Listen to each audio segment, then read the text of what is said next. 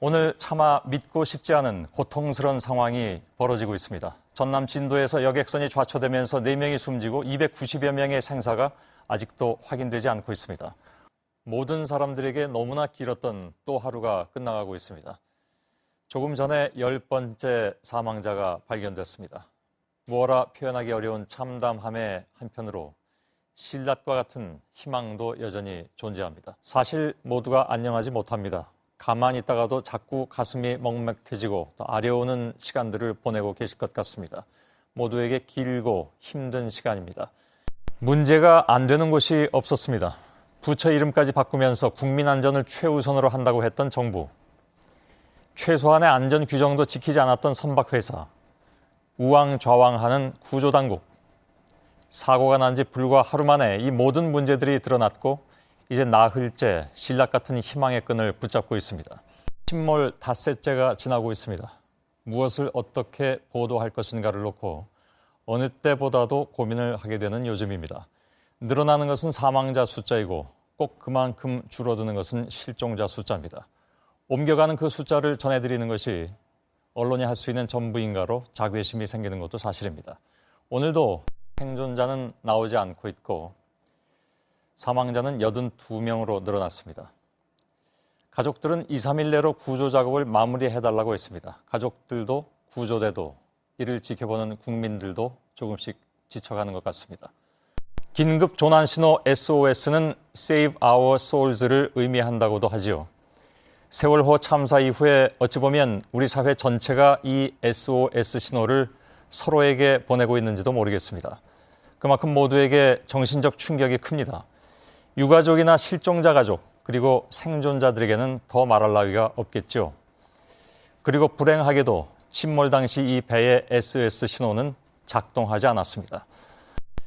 전북 부안군 백산면에 있는 백산고등학교는 한 학년에 3개 반이 있는 아주 자그마한 시골 학교입니다.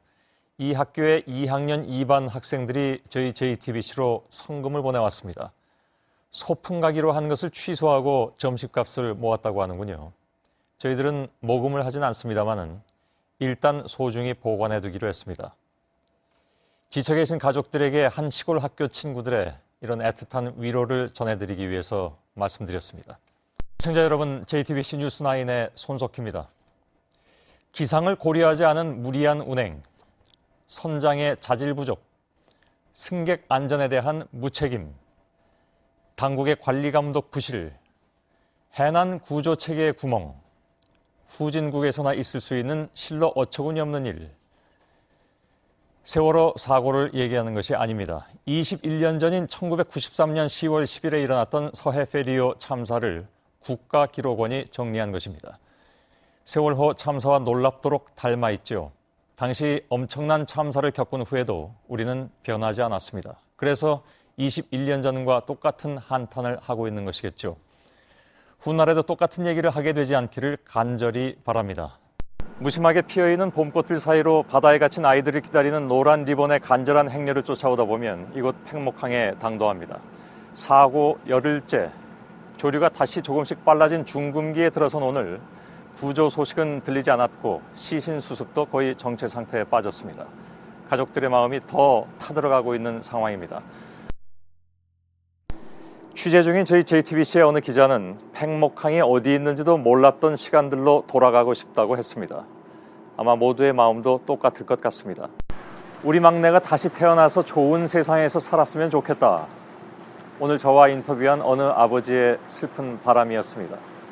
하루 종일 좋은 세상이란 단어가 머리를 떠나지 않았습니다. 오늘은 또 한 분의 아버지도 인터뷰합니다. 이분도 아드님을 잃었습니다. 팽목항입니다. 3일째 비가 내리고 있습니다. 힘든 날들이 이어지고 있습니다. 어제 막내 아드님에 대한 애끓는 심정을 눈물로 토로하셨던 이호진 씨가 오늘 다시 찾아오셔서 말씀하시기를 그렇게 다 얘기하고 나니까 그래도 위안이 됐다고 하셨습니다.